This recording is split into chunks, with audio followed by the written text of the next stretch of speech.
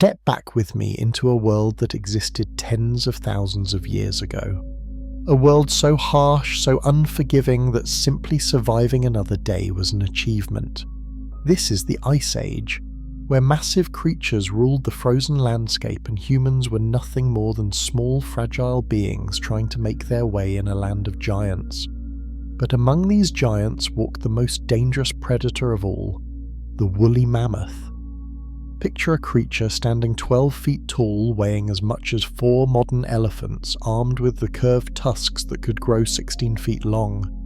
These weren't gentle giants from children's stories. These were living fortresses of muscle, fur and bone, with the temperament and tools to crush anything that threatened them. And yet, our ancestors hunted them. Successfully. Regularly. Using nothing but stone-tipped spears and their intelligence. How did they do it without getting killed in the process? The answer lies in one of the most sophisticated tracking systems ever developed. A science of reading signs, predicting behavior, and staying invisible that was so advanced, it allowed humans to follow 10-ton killing machines across frozen wastelands without becoming victims themselves. This wasn't luck. This wasn't desperation. This was pure intelligence triumphing over raw power. Our ancestors didn't just wake up one morning and decide to hunt mammoths. The knowledge we're about to explore was built over countless generations, father teaching son, mother instructing daughter. Each generation adding layers of wisdom about how to approach these giants without dying in the attempt. What they developed was revolutionary. They learned to track creatures that could smell them from miles away. They figured out how to follow animals that could hear sounds humans couldn't even detect. They discovered ways to predict where a mammoth would go before the mammoth itself knew. Most remarkably, they did all of this while staying completely invisible to their prey. Imagine the courage this required. You're standing on an endless frozen plain, knowing that somewhere beyond the next ridge are creatures that could kill you with a single step. The sky is the color of old metal, promising more snow, more cold, more of the brutal conditions that define this world. But you're not just surviving in this world, you're mastering it. Today, with our GPS tracking and high-powered weapons, we might think these ancient hunters were primitive, but they accomplished something we cannot. They tracked and killed the largest land animals that ever lived using only their minds as weapons. The techniques they developed weren't simple. They were layered, complex systems that required deep understanding of animal psychology, weather patterns, and the delicate balance between bravery and wisdom. Every step had to be calculated. Every decision had to account for not just success, but survival. This is not just a story about hunting, it's about intelligence, defeating size. It's about patience conquering strength. It's about humans learning to use their greatest weapon, their minds, in a world where everything else was bigger, stronger, and more heavily armed. The stakes couldn't have been higher. One mistake meant death. One moment of carelessness meant becoming prey instead of predator. One failure to read the signs correctly could end not just the hunt, but the hunter. Yet they succeeded. Again and again they succeeded. So settle in and let me tell you the secrets that kept our ancestors alive during the most dangerous hunt our species has ever undertaken. Learn how they read the invisible signs these giants left behind.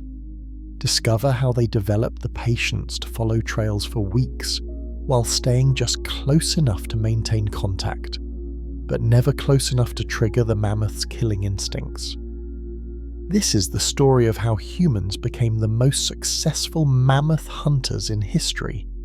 How they learned that survival wasn't about being the strongest or the fastest. It was about being the smartest.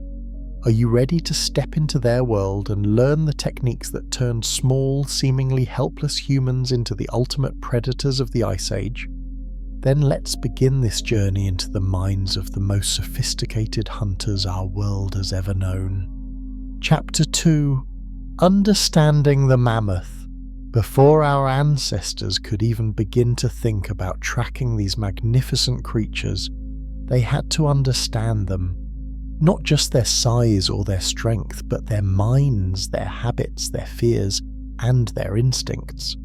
Because to track a mammoth successfully, you had to think like a mammoth. And what was a mammoth, really? Imagine, if you can, an elephant. Now make it taller, make it heavier. Cover it in thick, shaggy fur that hangs down in curtains, protecting it from cold that would kill most other creatures. Give it tusks that curve and spiral, sometimes growing to lengths of 16 feet or more. Tusks that could be used as weapons, as tools for stripping bark from trees, as shovels for clearing snow away from buried vegetation. The woolly mammoth was not simply a large animal. It was a perfectly adapted machine for survival in one of the harshest environments our planet has ever known. Its trunk, that remarkable appendage that could delicately pluck a single blade of grass or lift a log weighing hundreds of pounds, was perhaps the most versatile tool in the entire animal kingdom. But our ancestors knew something that many people today forget. These creatures, for all their size and power, were not solitary monsters stalking the frozen landscape alone. They were family animals. They lived in herds, usually led by the oldest and wisest female, the matriarch who had survived long enough to accumulate decades of knowledge about where to find food, where to find water, where to shelter from the worst storms. The herds moved in patterns, not random wandering but carefully planned, migrations that followed the same routes year after year, generation after generation. These routes were not marked on any map, but they were as real and as permanent as highways. The mammoths knew them by instinct, by the accumulated memory of their kind, by the subtle signs in the landscape that told them where they were and where they needed to go. In spring, when the ice began to thin and the first hardy plants pushed through the snow, the herds would move north, following the retreating ice edge, feeding on the fresh vegetation that emerged in their wake. In autumn, as the cold began to deepen and the growing season ended, they would turn south again, seeking the areas where enough vegetation might survive the winter to keep them alive. But within these great seasonal movements, there were smaller patterns, daily routines that our ancestors learned to recognize and predict. Mammoths, like all elephants, needed enormous amounts of food. An adult mammoth had to consume several hundred pounds of vegetation every single day just to survive. This meant they spent most of their waking hours feeding, moving slowly across the landscape, their trunks constantly reaching down to grab mouthfuls of grass, sedges, willows, and any other plant material they could find. They fed in the early morning, when the air was cool and the exertion of eating didn't overheat their massive bodies. They fed again in the late afternoon and evening, when the sun was low and the temperature began to drop. During the hottest part of the day, even in the Ice Age world where hot was a relative term, they often rested, standing in whatever shade they could find or sometimes lying down in groups, the adults forming protective circles around the young. This predictability was what made them vulnerable to human hunters, because if you could learn their patterns, if you could understand their routines, you could begin to predict where they would be and when they would be there. You could start to plan. But understanding their feeding patterns was only the beginning. Our ancestors also had to understand their social structure, their family bonds, their protective instincts. Because mammoths, like modern elephants, were fiercely protective of their young and their herd mates. A threat to one was a threat to all, and their response to danger was swift and potentially deadly. The matriarch, the lead female, was always the most dangerous. She had lived long enough to encounter human hunters before. She had learned to recognize the scent of humans, the sound of human voices, the subtle signs that predators were near. She was constantly alert, constantly testing the air with her trunk, scanning the horizon with eyes that, while not particularly sharp, could detect movement at considerable distances. When she sensed danger, her response was immediate and decisive. A low rumble, a sound below the range of human hearing, would pass through the herd. Suddenly every mammoth would be alert, every trunk raised, every ear spread wide to catch the slightest sound. If the threat was confirmed, if the matriarch decided that danger was real and imminent, the herd would close ranks, the adults forming a defensive wall around the young, tusks lowered, ready to charge. A charging mammoth would do death on 4 legs. 10 tons of muscle and bone and fury, moving at speeds that could reach 25 miles per hour, guided by millions of years of evolution that had programmed it to destroy anything that threatened its family.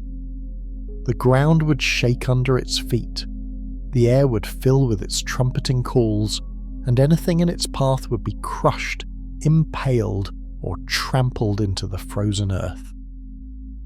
Our ancestors understood this. They had seen what happened to hunters who got too close, who moved too fast, who underestimated the intelligence and the protective instincts of these creatures. They had found the broken bodies, the scattered remains of men who had thought they could approach a mammoth herd the way they might approach a herd of deer or bison. But they also understood something else. Mammoths, for all their size and power, were still just animals.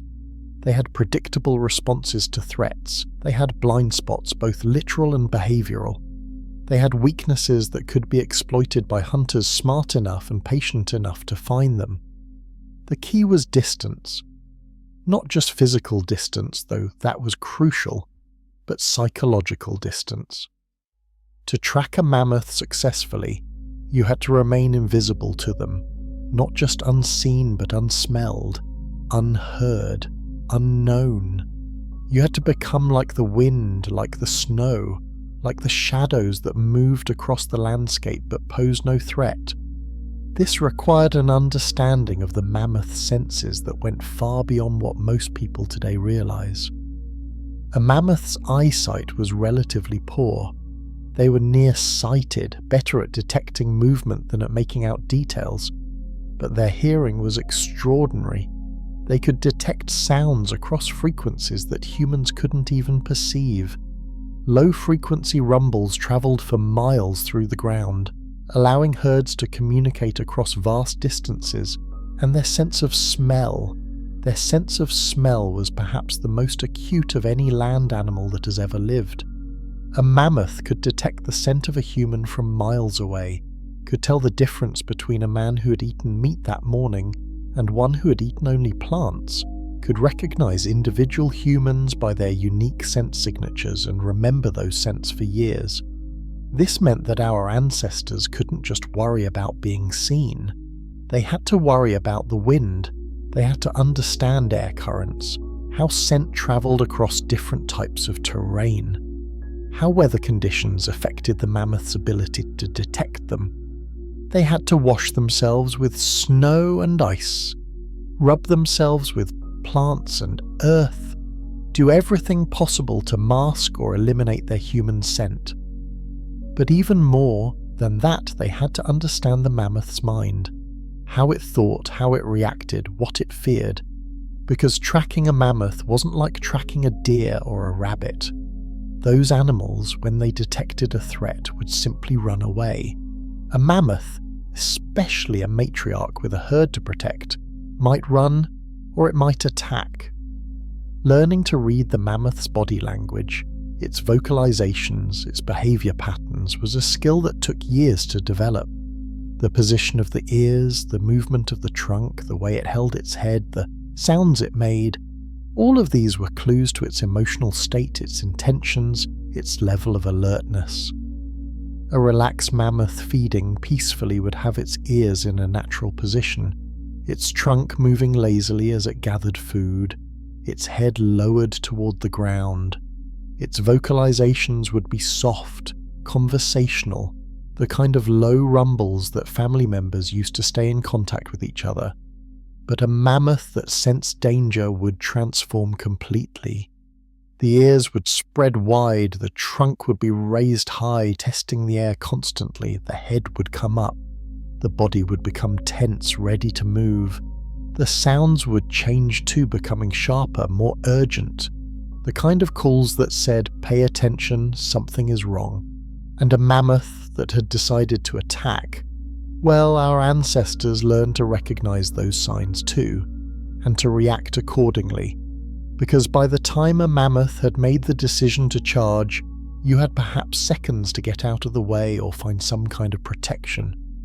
Understanding all of this, learning to read these subtle signs, developing the patience to watch and wait and learn, this was what separated successful mammoth hunters from dead ones. It was what allowed our ancestors to approach these giants not as prey-stalking predator, but as intelligent beings studying other intelligent beings, looking for the patterns and weaknesses that would allow them to succeed where brute force would only get them killed. Chapter 3: Pre-hunt Preparation. Long before our ancestors ever set foot on a mammoth trail, long before they ever caught their first glimpse of those massive shaggy forms moving across the frozen landscape, the real work began. The preparation, the planning, the careful accumulation of knowledge, tools and courage that would make the difference between success and disaster. In the Ice Age world, nothing was left to chance. Every decision, every action, every moment of preparation was guided by generations of accumulated wisdom. Because our ancestors understood something that modern hunters, with all their technology and convenience, sometimes forget, the hunt begins long before you see your prey. The first consideration was timing. Not just what time of day to begin tracking, but what time of year, what season, what phase of the mammoth's annual cycle offered the best combination of opportunity and safety. Our ancestors were patient. They understood that there were times when approaching mammoths was not just dangerous, but potentially suicidal, and other times when the conditions were as favourable as they would ever be. Spring was often the best time for tracking, though not for the reasons you might think. It wasn't because the mammoths were weaker after the long winter, though that sometimes played a role. It was because spring was when the herds were most predictable, most focused on following their ancient migration routes north toward the fresh vegetation that emerged as the ice retreated. In spring, the mammoths were thinking about food, not about threats. They were following paths they had followed for generations, paths that our ancestors had learned to recognize and predict. The matriarchs were focused on leading their families to the best feeding grounds, not on scanning constantly for danger. This made them, if not exactly careless, then at least slightly less vigilant than they might be at other times of the year. But spring tracking had its own challenges. The melting ice and snow created muddy, treacherous conditions that could trap a human hunter just as easily as they might slow down a mammoth. The weather was unpredictable, with sudden storms that could arise without warning, blanketing the landscape in snow that would obliterate tracks and scent trails. And the days were still short, leaving limited hours of good light for following sign. Summer tracking was different. The long days provided more hours of light, and the relatively warmer weather made it easier for human hunters to move quickly when necessary. But summer was also when mammoths were most alert, most likely to post sentries while the herd fed, most quick to react to anything that seemed out of place in their environment. Autumn was perhaps the most dangerous time to track mammoths, but also potentially the most rewarding. This was when the herds were building up fat reserves for the coming winter, feeding almost constantly, sometimes becoming so focused on gathering food that they were less aware of their surroundings. But it was also mating season, when the great bulls, normally solitary or living in small bachelor groups, would join the herds to compete for breeding rights. A bull mammoth in Musth, The periodic condition of sexual readiness that affected male elephants was one of the most dangerous creatures on the Ice Age landscape. Driven by hormones and aggressive instincts, these giants would fight each other with a fury that could be heard for miles, their tusks clashing like the sound of trees falling, their trumpeting calls echoing across the frozen plains. Our ancestors learned to recognize the signs of must from a distance. The dark, oily secretion that streamed from glands near the bull's eyes, the constant dribbling of urine, the swaggering, aggressive posture, the way other mammoths gave the bull a wide berth, even members of his own family group stepping aside when he approached. A bull in musth was unpredictable, likely to charge at anything that caught his attention, anything that he perceived as a challenge or a threat. Tracking a herd that included such a bull required extra caution, wider distances, more careful attention to wind direction and escape routes. Winter tracking was the most challenging of all. The extreme cold, the short days, the constant threat of storms that could strand a hunting party far from shelter. All of these factors made winter mammoth hunting something that only the most experienced and desperate hunters would attempt. But winter also offered unique opportunities. Mammoths in winter were focused entirely on survival, on finding enough food to get through until spring, on conserving energy and body heat. They moved more slowly, followed more predictable routes to known feeding areas, and were sometimes so focused on foraging that they were less aware of potential threats. The decision of when to hunt was just the beginning of the preparation process. Equally important was the selection of the hunting party itself. Not just who would go, but what role each person would play, how the group would function as a coordinated unit. Mammoth tracking was not a solitary activity. It required a team, usually between 4 and 8 people, each with specific skills and responsibilities. Too few people and the group lacked the redundancy and specialized skills needed for success. Too many and the group became unwieldy, harder to coordinate, more likely to be detected by the quarry. The leader of the hunting party was almost always the most experienced tracker, someone who had successfully followed mammoth sign before, who understood the subtleties of reading tracks and interpreting behavior, who could make the split-second decisions that would keep the group safe when situations changed rapidly.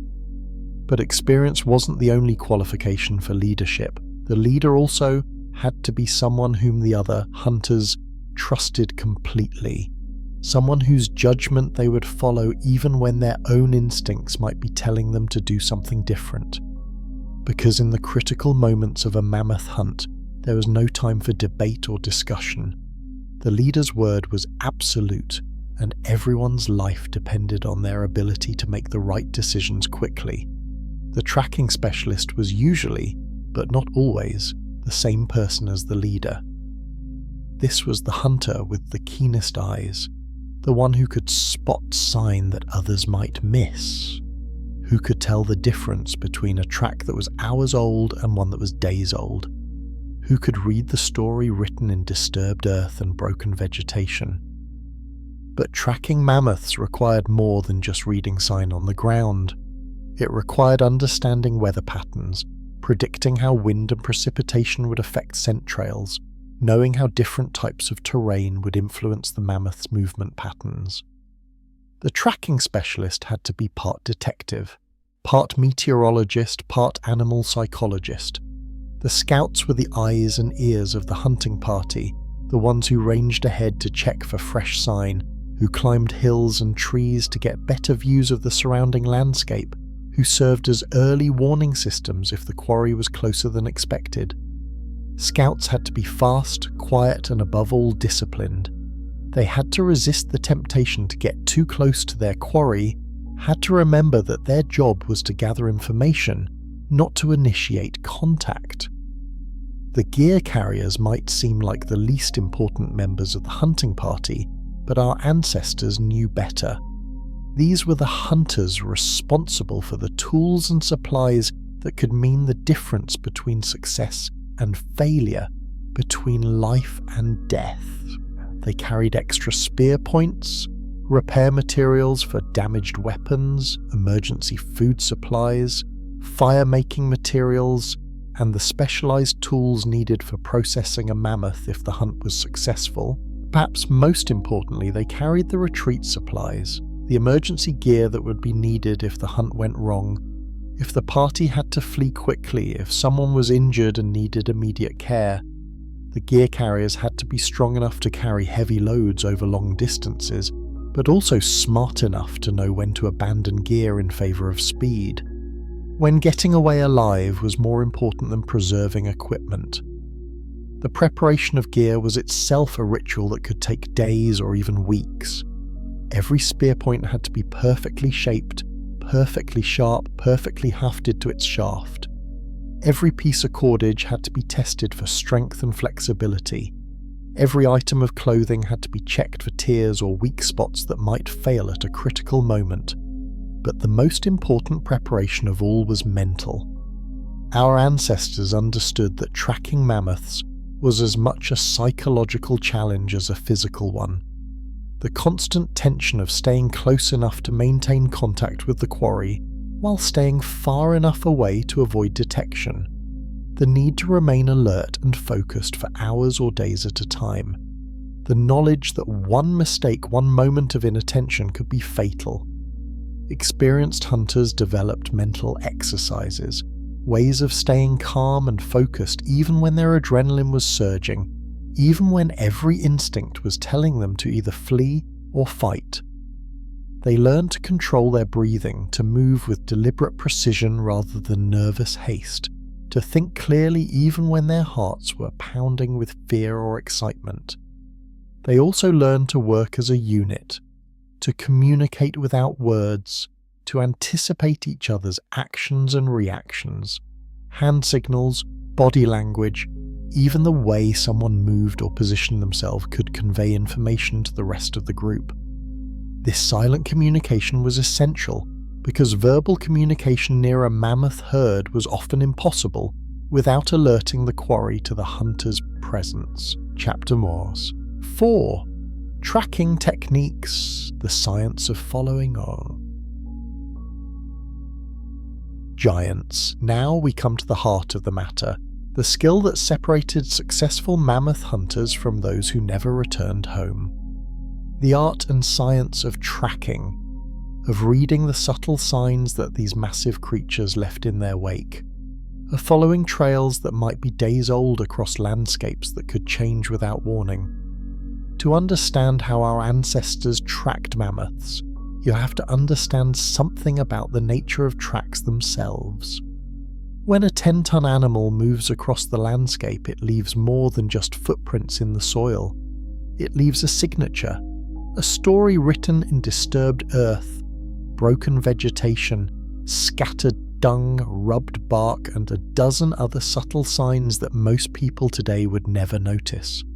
The footprint itself, when conditions were right to preserve it, was like a book to someone who knew how to read it.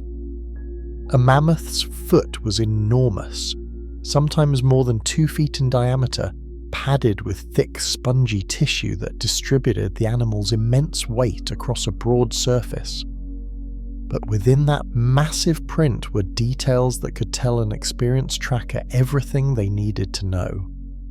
The depth of the print told you about the animal's size and weight.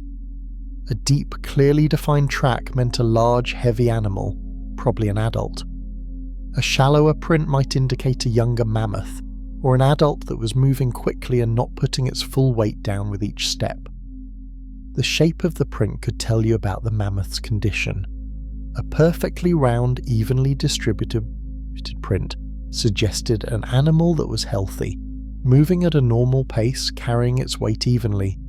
But a print that was deeper on one side might indicate an injury, a mammoth that was favouring one leg, perhaps limping slightly as it walked. The clarity of the print's edges told you how old it was. A fresh track made within the last few hours would have sharp, clean edges where the foot had pressed into the soil. But as time passed, as wind and weather worked on the print, those edges would begin to blur and soften. After a day or two, depending on conditions, the track might be little more than a depression in the ground, still recognizable to an expert but lacking the fine detail that could tell you so much about the animal that made it. But reading individual tracks was just the beginning. The real skill lay in reading the pattern of tracks, the spacing between them, the direction they were heading, the story they told about the animal's behavior and intentions. A mammoth walking normally, casually browsing as it moved, would leave tracks that were relatively close together, with an even unhurried spacing. The animal was taking its time, stopping frequently to feed, not particularly concerned about getting anywhere quickly.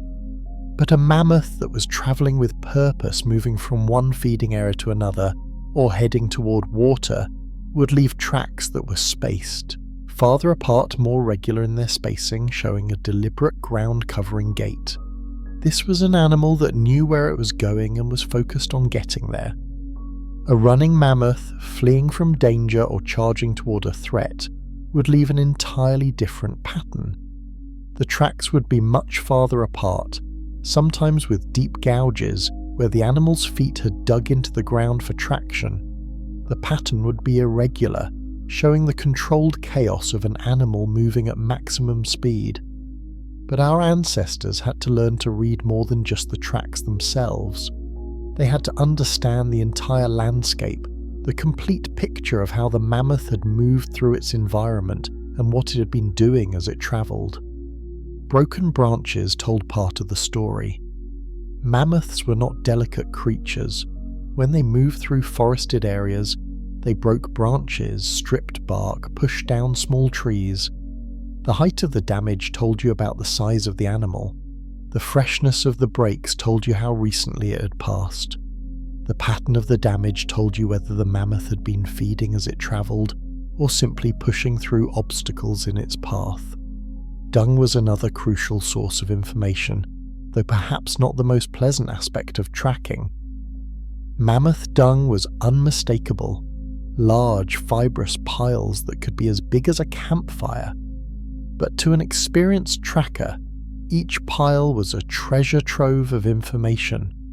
The freshness of the dung was the most obvious indicator. Fresh dung was moist, steaming in cold air, still carrying the strong smell of partially digested vegetation.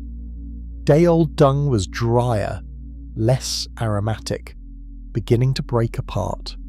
Dung that was several days old was dried out, often scattered by wind or scavenged by insects and small animals. But the contents of the dung could tell you even more. What the mammoth had been eating, which types of plants it was finding, whether it was getting adequate nutrition or struggling to find enough food. This information could help predict where the mammoth might go next, what types of terrain it would seek out, how long it might stay in a particular area. The pattern of dung deposits also told a story. Dung scattered along a trail indicated an animal that was travelling, not stopping to feed extensively. Concentrated deposits suggested a feeding area, a place where the mammoth had spent considerable time browsing. Feeding sign was everywhere once you learned to recognise it.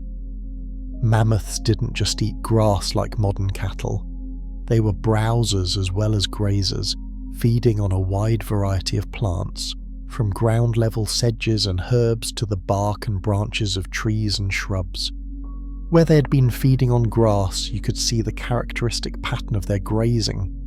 Large areas where the vegetation had been cropped short, often with the distinctive pattern of a mammoth's molars visible in the cut stems.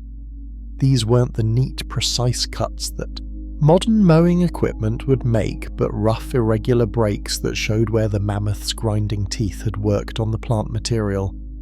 Tree bark showed different kinds of feeding sign. Mammoths would use their tusks to strip bark from trees, leaving long, parallel gouges in the wood. The height of these marks could tell you about the size of the animal.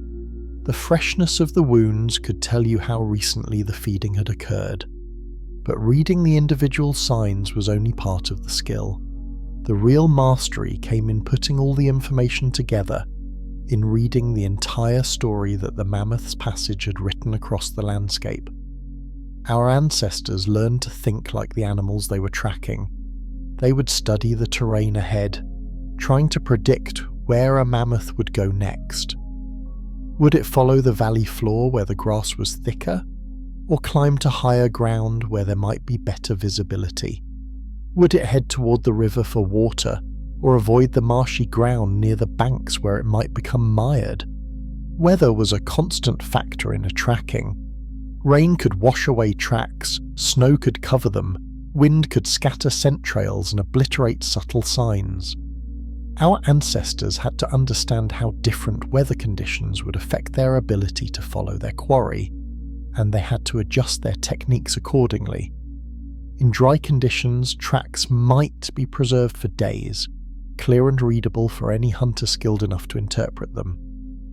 But in wet conditions, especially during the spring thaw, tracks could disappear within hours, washed away by running water or obscured by mud. Snow presented its own challenges and opportunities. Fresh snow could reveal tracks with perfect clarity, showing not just where the mammoth had walked, but exactly how it had been moving, whether it had been hurrying or taking its time. But snow also covered older sign, making it impossible to get the complete picture of the animal's movements. Wind could carry scent for miles, allowing hunters to detect their quarry from great distances. But wind could also work against the hunters, carrying their own scents toward the mammoth, alerting it to their presence long before they were close enough to make visual contact. Our ancestors developed techniques for using the wind to their advantage while minimizing their exposure to detection. They learned to read air currents, to understand how wind moved across different types of terrain, how temperature changes affected airflow patterns. Moving upwind from their quarry was usually impossible. The mammoth would detect their scent long before they could get close enough for visual tracking. But moving crosswind at an angle to the mammoth's direction of travel could sometimes work, especially if the hunters were careful to stay downwind of the animal's projected path. The most skilled trackers learned to anticipate where their quarry was going, to move parallel to the mammoth's route rather than directly behind it. This technique, called paralleling, required an intimate knowledge of mammoth behavior and the movement patterns, but it offered significant advantages in terms of safety and stealth. By staying to one side of the mammoth's trail, the hunters could avoid the areas where the animal was most likely to detect them. They could move more quickly, covering ground more efficiently without having to worry constantly about stepping in the animal's tracks or disturbing sign that might alert it to their presence. Paralleling also allowed the hunters to get ahead of their quarry, to reach advantageous positions before the mammoth arrived. They could scout the terrain ahead, identify potential ambush sites or observation points, set up the conditions for a successful approach or attack. But paralleling required exceptional skill in reading terrain and predicting animal behavior. The hunters had to be able to look at a landscape and understand how a mammoth would move through it, where it would choose to go, what routes it would avoid. They had to think like the animal they were hunting, to see the world through its eyes, to understand its priorities and motivations. This kind of psychological tracking was perhaps the most sophisticated aspect of the entire process. It required not just knowledge of mammoth behavior in general, but the ability to read the specific behavior of individual animals, to understand their particular habits and tendencies. Some mammoths were creatures of habit, following the same routes day after day, feeding in the same areas, resting in the same spots. These animals were relatively easy to track once you understood their patterns, but they were also likely to be the most experienced, the most alert to potential threats. Other mammoths were more unpredictable, varying their routes, changing their patterns, never quite doing what you expected them to do. These animals were harder to track, but they were also sometimes less alert, less suspicious of their surroundings. The most dangerous mammoths to track were the ones that had encountered human hunters before and survived. These animals had learned to recognize the signs of human presence, to be alert for the subtle indicators that predators were near. They were quicker to flee, more likely to lead hunters into dangerous terrain, more apt to turn and fight if they felt cornered. Our ancestors learned to recognize these experienced animals by their behavior patterns, their extra vigilance, their tendency to test the air constantly for threatening scents. Tracking such an animal required extra patience, extra caution, and often extra hunters to provide redundancy and backup in case the primary tracker was detected. But perhaps the most important skill of all was knowing when to break off the track, when to abandon the hunt rather than risk detection or confrontation. Our ancestors understood that not every track could be followed to its conclusion, that discretion was often the better part of valor, dealing with animals that could kill you with a single blow. The decision to continue or abandon a track was based on many factors: the freshness of the sign, the behavior of the animal being tracked, the terrain ahead, the weather conditions, the experience and condition of the hunting party. But ultimately it came down to the tracker's judgment, their ability to weigh all these factors and make a decision that balanced opportunity against risk. This was where experience mattered most. Young hunters might be eager to follow every track to push the limits of safety in their enthusiasm for the hunt. But experienced trackers knew when to be patient, when to wait for better conditions, when to look for easier prey rather than risk their lives on a marginal opportunity. Chapter 5: Safety Strategies. Staying alive in the presence of giants.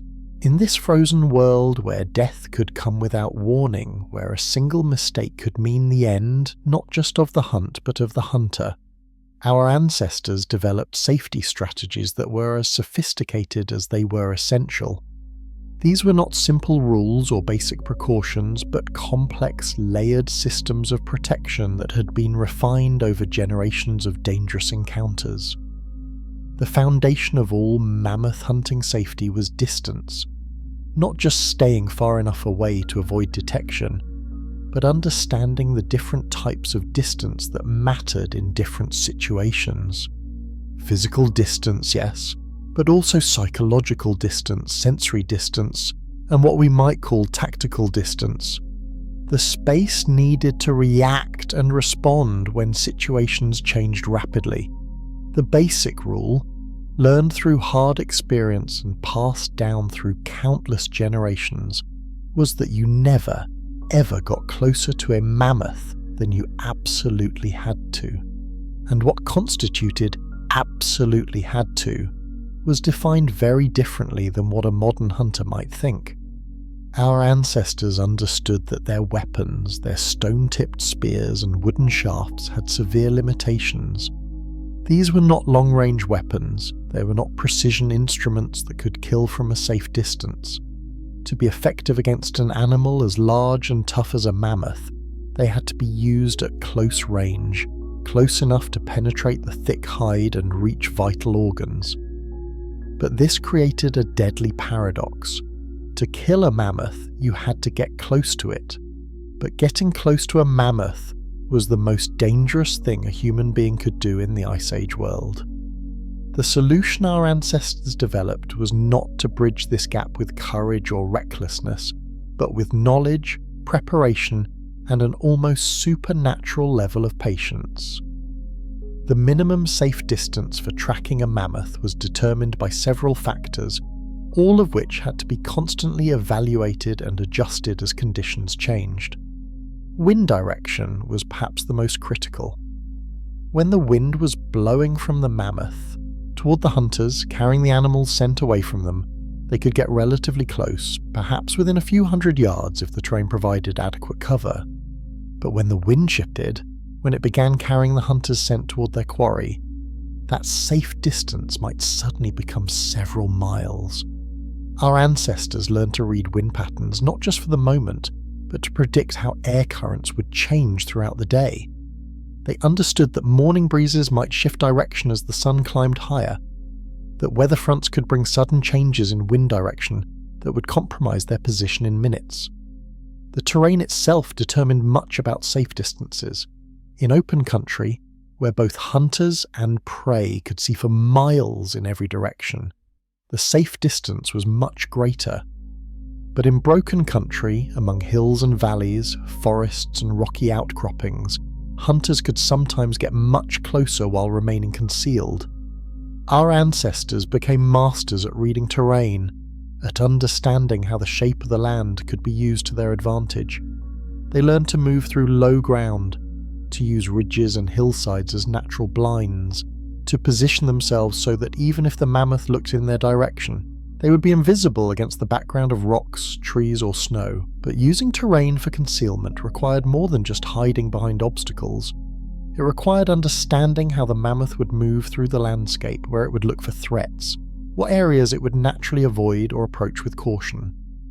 Mammoths, like most large animals, were creatures of habit when it came to choosing routes through difficult terrain. They preferred valley floors where the footing was more certain, where they were less likely to lose their footing on steep slopes. They avoided areas where they might become trapped, narrow canyons or box valleys where retreat would be difficult if danger appeared. Understanding these preferences allowed hunters to predict where their quarry would go, to position themselves along likely routes while maintaining safe distances. But it also meant understanding where mammoths would be most alert, most likely to scan their surroundings for threats. At water sources, mammoths were particularly vulnerable but also particularly dangerous. They had to drink, and that they had to lower their heads to reach the water, temporarily limiting their ability to watch for threats. But they were also aware of this vulnerability, and their behaviour at water sources reflected this awareness. The matriarch would almost always approach water cautiously, testing the air repeatedly, scanning the surrounding area for any sign of danger. Often she would send younger members of the herd to drink first while she maintained watch. Only when she was satisfied that the area was safe would she allow the entire herd to relax and drink freely.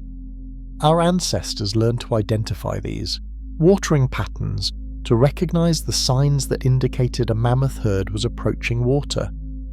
Fresh tracks leading toward known water sources increased alertness in the animal's behaviour, the particular way they moved when they were both thirsty and cautious.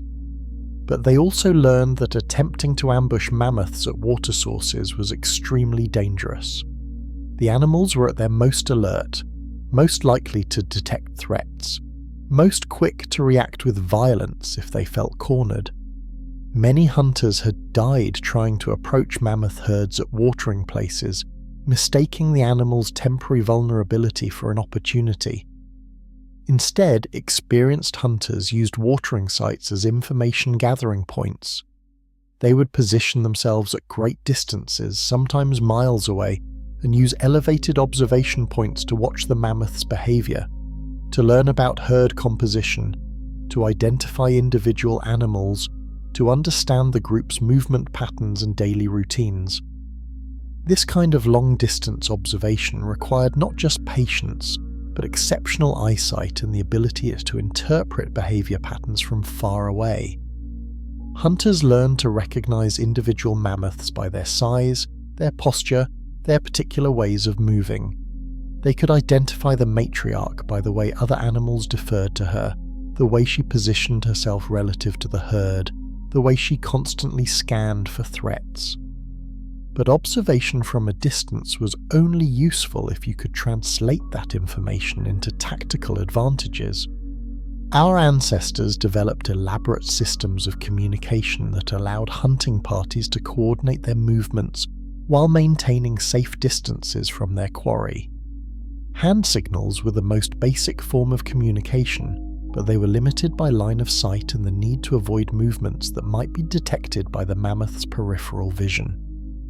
More sophisticated were the systems of positioned signals, markers left at specific locations that could convey information to other members of the hunting party. A certain arrangement of stones might indicate the direction the mammoth was travelling. Broken branches arranged in particular patterns could show the size of the herd. the presence of young animals, the level of alertness the observers had noted. These signals had to be subtle enough to escape the mammoth's notice, but clear enough to convey precise information to other hunters who might not arrive at the location for hours or even days. Sound signals were perhaps the most dangerous form of communication, but also sometimes the most necessary. Our ancestors learned to make sounds that would blend into the natural soundscape, calls that mimicked bird songs or animal vocalizations that could carry information without alerting their quarry. But the most sophisticated communication system of all was what modern soldiers might recognize as tactical movement patterns. Experienced hunting parties learned to move in coordinated formations that maximize their information gathering capabilities while maintaining multiple escape routes and backup positions. The lead tracker would take the most dangerous position, closest to the mammoth's trail, responsible for maintaining contact with the quarry and reading the most recent sign. Behind him, at a safe distance, would be the secondary tracker, whose job was to interpret the lead tracker's movements and signals to coordinate the activities of the rest of the hunting party. Flanking trackers would move parallel to the main trail, positioned to intercept the mammoth if it changed direction, to provide early warning if other mammoths were in the area, to maintain alternative lines of approach if the primary track was lost or became too dangerous to follow. The rear guard, often the most experienced member of the hunting party after the lead tracker, had perhaps the most crucial job of all. They were responsible for watching behind the group, for detecting pursuit or flanking movements by other predators, for maintaining awareness of the hunting party's escape routes and fallback positions. But perhaps most importantly, the rear guard was responsible for making the decision to abort the hunt if conditions became too dangerous. While the lead tracker might become too focused on the immediate challenges of following the trail, the rear guard maintained the broader perspective necessary to evaluate overall risk levels. This decision-making authority was not given lightly. The rear guard had to be someone with extensive experience, someone whose judgment the rest of the hunting party trusted completely. Because when the decision came to break off the hunt, there was usually no time for discussion or debate. The signal to retreat had to be obeyed immediately, without question, without hesitation. The retreat itself was as carefully planned and choreographed as any other aspect of the hunt. Our ancestors understood that running away from a mammoth, if it came to that, was not simply a matter of turning around and fleeing as fast as possible. Panic could be as deadly as the mammoth itself. Retreat routes were scouted in advance, chosen for terrain features that would favour human mobility over mammoth mobility. Narrow passages between rocks where the massive animals could not easily follow. Steep slopes where human agility and climbing ability would provide advantages. Dense thickets or forest areas where the mammoth size would work against them. But our ancestors also understood that retreat was not always possible. Sometimes the situation would develop too quickly for escape. Sometimes the terrain would not provide adequate retreat routes. Sometimes a member of the hunting party would be injured or trapped, unable to flee with the others. For these situations, they developed what we might call last resort defensive strategies. These were not intended to allow hunters to fight mammoths on equal terms. That would have been suicide. Instead, they were designed to provide enough delay, enough distraction, enough confusion to allow some members of the hunting party to escape even if others could not. The basic principle was dispersion. If the hunting party was detected and the mammoth charged, the hunters would scatter in different directions, forcing the animal to choose which threat to pursue. Mammoths, despite their intelligence, could not chase multiple targets simultaneously, and their massive size made quick changes of direction difficult. This scattering was not random. It was coordinated, with each hunter moving toward predetermined positions that would make them as difficult as possible for the mammoth to reach. Some would head for elevated ground where the mammoth could not easily follow. Others would move toward the areas with natural obstacles that would slow the animal's pursuit. The hunter with the best knowledge of local terrain, usually the one most familiar with the specific area where the encounter was taking place, would often serve as a decoy, deliberately drawing the mammoth's attention while the others escaped. This was perhaps the most dangerous role anyone could take in a mammoth hunt, requiring not just courage but exceptional knowledge of the landscape and the mammoth's behaviour. The decoy would use terrain features to stay just ahead of the charging mammoth, leading it through areas where its size and weight would work against it, where it might become temporarily trapped or slowed, buying precious time for the rest of the hunting party to reach safety. But even these desperate strategies were based on detailed knowledge of mammoth behaviour, on understanding how these animals thought and reacted in crisis situations. Our ancestors had learned through careful observation and sometimes bitter experience that mammoths did not pursue threats indefinitely. A mammoth's charge was designed to drive off threats, not to hunt down and kill every potential enemy in the area. If the immediate threat was removed, if the hunters scattered and disappeared from the mammoth's sight, the animal would usually break off its pursuit and return to its herd rather than continue hunting for enemies that were no longer visible. This knowledge was crucial for survival because it meant that escape was possible even from seemingly hopeless situations. But it also required incredible discipline and self-control on the part of the hunters.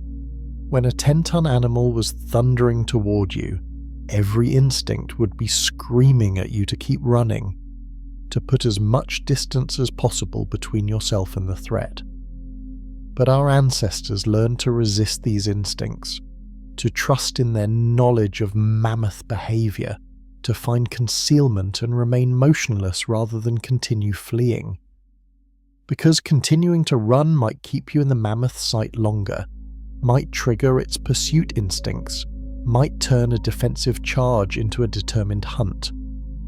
The ability to remain calm in such situations, to think clearly when adrenaline was flooding your system, to make rational decisions when every fibre of your being was urging you to panic. This was perhaps the most difficult skill any mammoth hunter had to master. It was a skill that could only be developed through experience, through repeated exposure to dangerous situations, through the gradual building of confidence that came from surviving encounter after encounter. Young hunters often had to serve long apprenticeships, following experienced trackers for years before they were considered ready to take active roles in mammoth hunts. And even experienced hunters never stopped learning, never stopped refining their techniques, never stopped developing new strategies for staying alive in the presence of the most dangerous animals on Earth.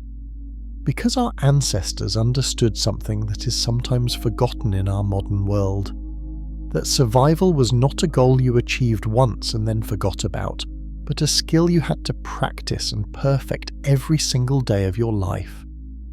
In this frozen world where giants walked and death was always near, staying alive was not about being fearless. It was about being smart, being patient, being prepared for every possibility. It was about understanding your limitations and working within them, about respecting the power of your quarry while still finding ways to achieve your goals. And perhaps most importantly, it was about understanding that individual heroics were not just unnecessary, but actively dangerous.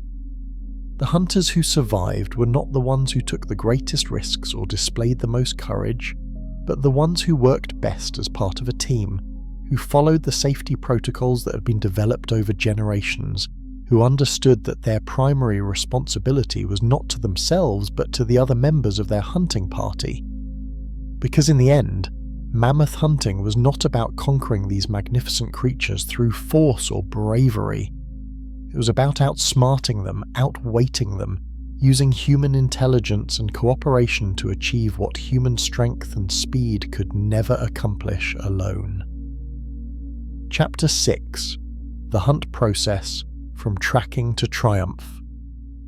The moment of truth in any mammoth hunt came not with the first sight of the quarry, but with the decision to transition from tracking to hunting. This was the point where observation became action, where patience gave way to precision, where all the preparation and knowledge and careful planning had to be transformed into coordinated movement toward a goal that was both essential and potentially deadly. Our ancestors understood that this transition was the most critical phase of the entire process. Up to this point, they had been relatively safe, following at distances that minimized the risk of detection, gathering information, learning about their quarry's behavior and movement patterns. But now they had to close that distance to move from the realm of observation into the realm of direct confrontation. The decision to make this transition was never taken lightly. It required not just opportunity, but the right kind of opportunity. The mammoth had to be in a position that favored the hunters, in terrain that provided adequate cover for approach, engaged in activities that would limit its ability to detect threats. Feeding mammoths were often the best targets because their attention was focused downward on the vegetation they were consuming. A mammoth that was deeply engrossed in feeding, particularly one that had found a rich patch of its favourite plants, might be less aware of its surroundings than at any other time. But even feeding mammoths presented significant challenges. They moved constantly as they fed, following the available vegetation, never staying in one place for very long. This meant that hunters had to time their approach carefully, predicting where the mammoth would be rather than simply moving toward where it was at the moment. Resting mammoths offered different opportunities and different risks. A mammoth that had settled down for an afternoon rest, lying on its side in the warm sun, was relatively stationary and predictable, but resting mammoths were often more alert to their surroundings, not having the distraction of feeding to occupy their attention. The composition of the herd was another crucial factor in the decision to transition from tracking to hunting. A solitary mammoth, while perhaps easier to approach without detection, was also more dangerous once the approach was made. It had no companions to share guard duties with, was likely to be more alert and suspicious of its surroundings, but a mammoth with a herd presented its own complications. More animals meant more eyes, more ears, more opportunities for the hunters to be detected. It also meant that any attack would have to deal with the protective instincts of the entire group, the likelihood that other mammoths would come to the aid of any member that was threatened. Our ancestors learned to identify the optimal targets within a herd, the individuals that could be approached with the greatest chance of success and the least risk of triggering a mass defensive response. Often, these were animals that were positioned slightly apart from the main group, perhaps feeding on the edges of the herd's formation, or individuals that were showing signs of illness or injury that might slow their reactions. But the selection of a target was only the beginning of the hunt process. Once the decision was made to proceed, every movement, every action had to be coordinated with the precision of a military operation. Because unlike most other forms of hunting, where individual skill and initiative could compensate for lack of coordination, mammoth hunting required absolute teamwork. The approach itself was a masterpiece of careful movement and split-second timing. The hunters would spread out into a formation that surrounded the target as much as possible, given the constraints of terrain and cover. This wasn't a frontal assault, but a careful encirclement that would give them multiple angles of attack while limiting the mammoth's escape routes. Each hunter had a specific role, a particular responsibility that had been assigned based on their skills, their experience, and their position relative to the target. The primary spear thrower, usually the most skilled and experienced member of the hunting party, would be positioned for the best possible shot at the mammoth's vital areas. But our ancestors understood that a single spear, even perfectly placed, was unlikely to bring down an animal as large and tough as a mammoth quickly enough to prevent it from fighting back. The primary attack was designed not to kill the mammoth immediately, but to wound it severely enough to slow it down and give the other hunters opportunities for follow-up attacks. The secondary hunters were positioned to take advantage of these follow-up opportunities, to strike at the wounded mammoth from different angles to prevent it from focusing its defensive efforts on a single threat. Their job was not to make the killing blow, but to contribute to the accumulating damage that would eventually bring the giant down. But perhaps the most important hunters in the entire operation were the ones who never threw a spear at all. These were the safety hunters, the ones whose job was to watch for signs that the attack was going wrong, that the mammoth was reacting more quickly or more aggressively than expected, that other mammoths were coming to aid their threatened companion. The safety hunters were positioned with clear escape routes, ready to sound the alarm if retreat became necessary, prepared to serve as decoys or distractions if the primary attack failed and the hunters needed time to regroup or escape. The actual attack, when it came, happened with a speed and coordination that would have been impossible without months or years of practice and preparation.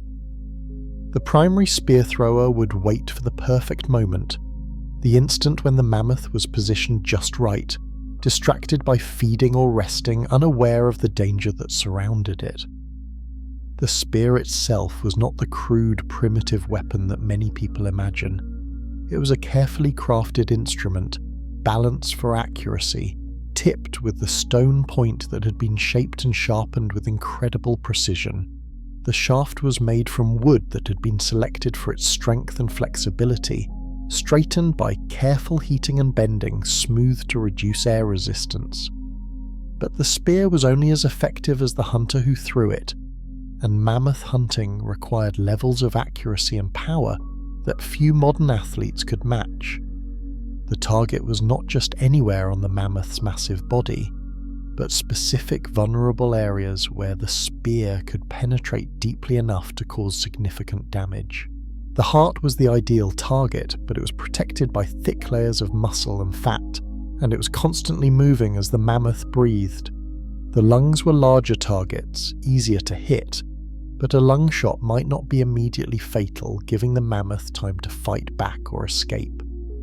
The arteries in the neck offered another possibility, but they required incredible precision to hit, and they were protected by the mammoth's thick hide and the dense muscle that supported its massive head.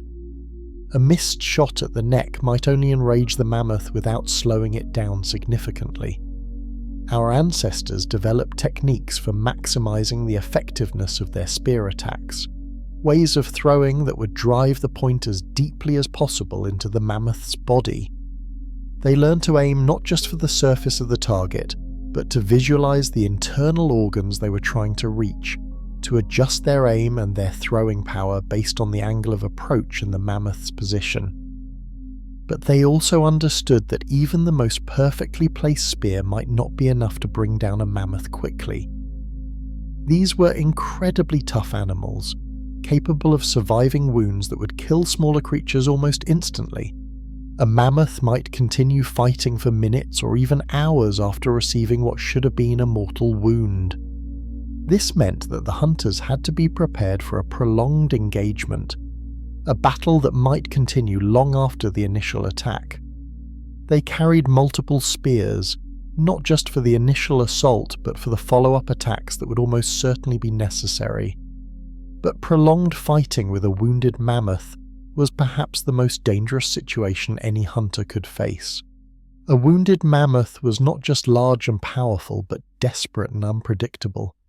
It might charge blindly in any direction, might lash out with its trunk or tusks at anything that moved, might fight with the fury that ignored its injuries and focused only on destroying the threats around it. Our ancestors learned to fight wounded mammoths, not by meeting their charges head-on, but by using mobility and terrain to their advantage. They would strike and move, hit the mammoth from one angle and then quickly relocate before it could respond. wearing it down gradually rather than trying to overpower it through direct confrontation. This kind of fighting required not just individual skill, but incredible coordination among the hunting party. Each hunter had to know where the others were positioned at all times, had to be ready to take advantage of opportunities created by his companions' attacks, had to be prepared to provide covering fire or distractions when other hunters were in exposed positions. The communication during these engagements was largely non-verbal, based on gestures and movements that had been practiced until they became instinctive. A hunter might signal his intention to move to a new position, or warn his companions of a change in the mammoth's behavior, or call for assistance without ever speaking a word that might alert the mammoth to his location. But perhaps the most important aspect of the actual hunt was knowing when it was over, when the mammoth had been damaged enough that it was no longer a threat, when the hunters could safely approach to finish the job. This required the same careful observation skills that had been used in tracking, the ability to read the mammoth's condition and behavior even in the chaos of combat. A mammoth that was mortally wounded but still fighting was still extremely dangerous. But a mammoth that was beginning to weaken, that was moving more slowly, that was showing signs of blood loss or respiratory distress, presented an opportunity for the hunters to move in for the final attack. This final phase of the hunt required perhaps the greatest courage of all, because it meant getting close to the mammoth, close enough to use handheld weapons rather than thrown spears, close enough to be within reach of the animal's tusks and trunk if it had one last surge of strength. But it was also the most crucial phase, because a mammoth that was wounded but not finished might recover enough to escape, taking with it not just the investment of time and energy the hunters had made, but also the weapons that were embedded in its body. The final killing blow was typically delivered to the base of the skull, where a properly placed strike could sever the spinal cord and cause instant death. But reaching this target required the hunter to position himself directly behind or to the side of the mammoth's head, within easy reach of its tusks, close enough to be killed instantly if the animal had one last moment of strength. This was not a task for inexperienced hunters. It required someone with intimate knowledge of mammoth anatomy, someone who could identify the exact spot where the killing blow needed to be delivered, someone with the strength and precision to drive a spear point through thick hide and muscle to reach the vital target underneath. But even when the mammoth was down, when its massive body lay still on the frozen ground, the hunter's work was far from over. Now came the processing, the careful butchering of the carcass that would provide food, clothing, tools, and shelter materials for the entire tribe.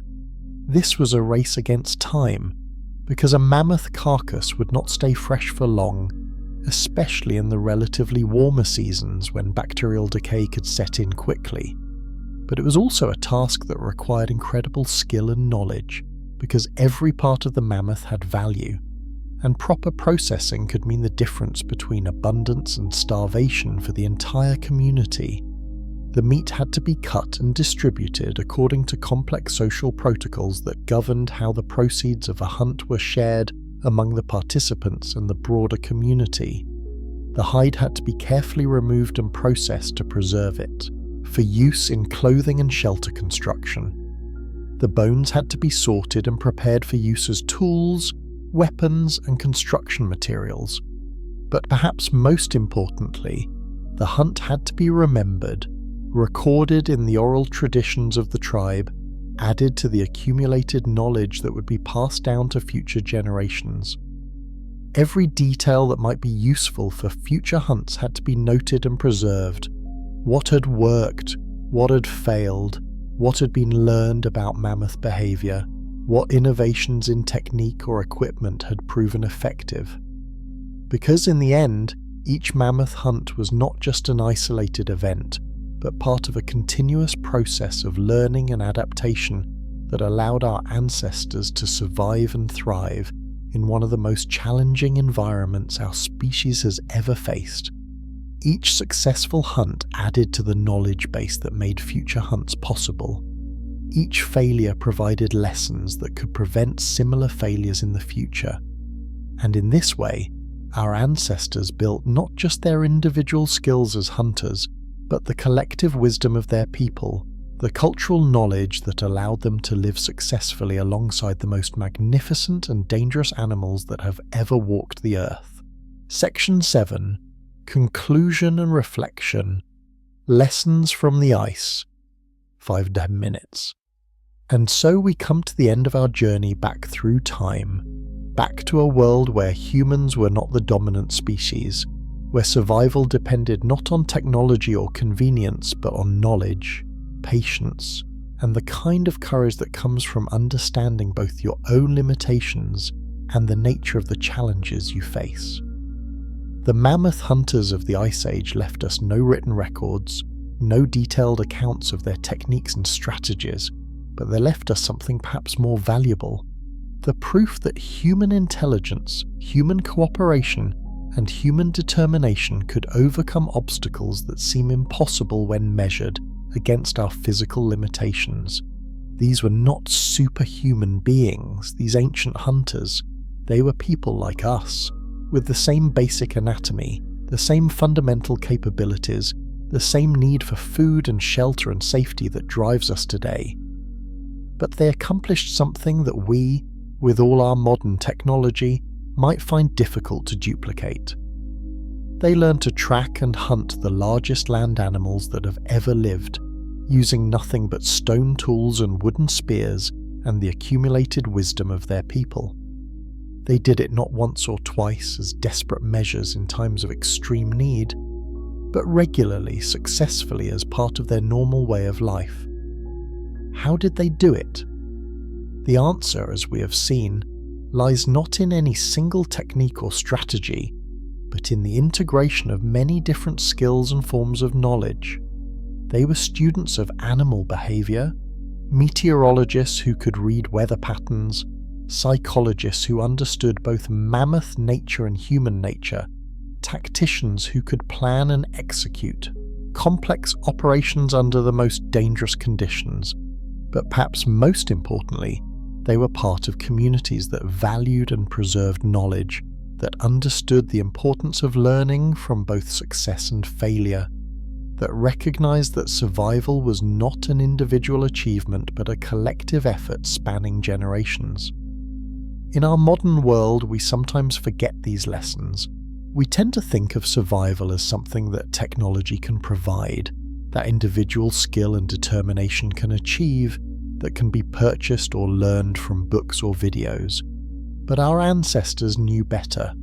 They understood that real survival skills are not just technical knowledge, but wisdom.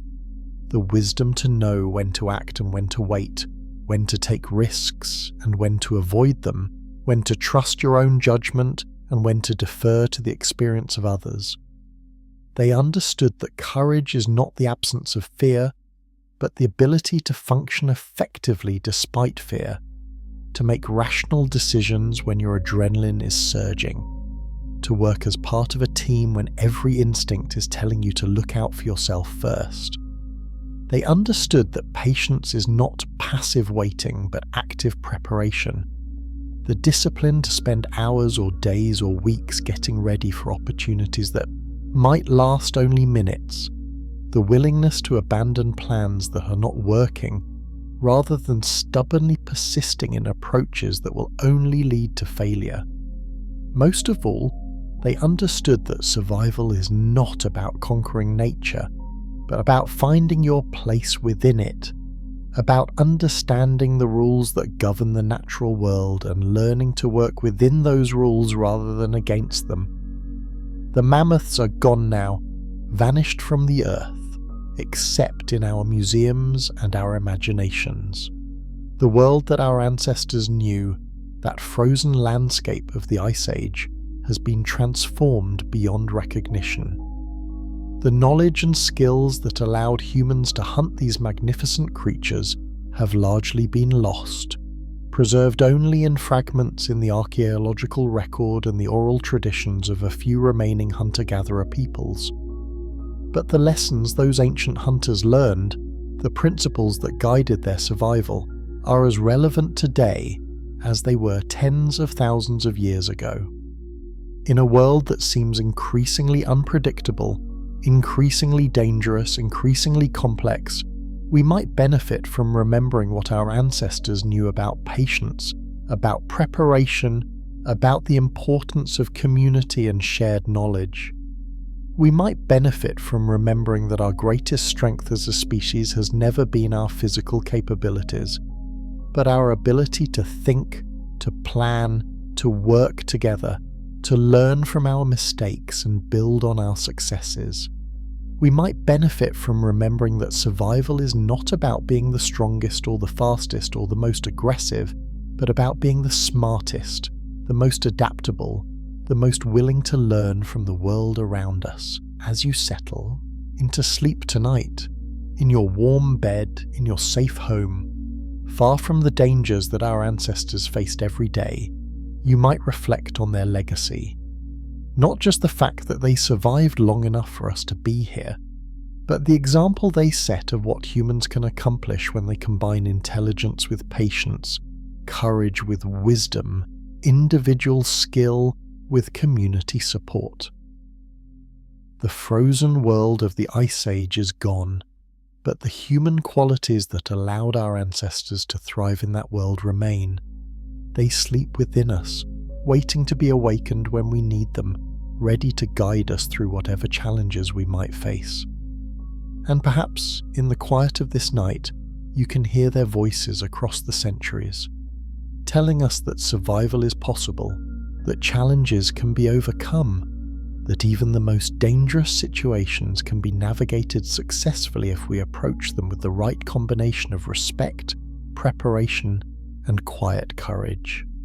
Sleep well and dream of giants moving across frozen landscapes and of the small, clever beings who learn to walk among them and live to tell the tale. Rest peacefully, knowing that you carry within you the legacy of the most successful hunters our world has ever known, the people who faced the impossible and made it look routine, who survived the unsurvivable and left us the gift of their wisdom. The mammoth hunters sleep now in the frozen earth, but their lessons live on. May you carry those lessons with you into whatever challenges tomorrow might bring. Thank you for joining me on this journey back through time. If you found comfort in these ancient stories, if they helped you find peace in this modern world, please consider subscribing so we can explore more of the hidden wisdom our ancestors left for us. Until next time, rest well and remember, you are the descendant of survivors, the heir to a tradition of intelligence and courage that stretches back to the very dawn of our species. Sleep now and let the stories of the Ice Age carry you into peaceful dreams.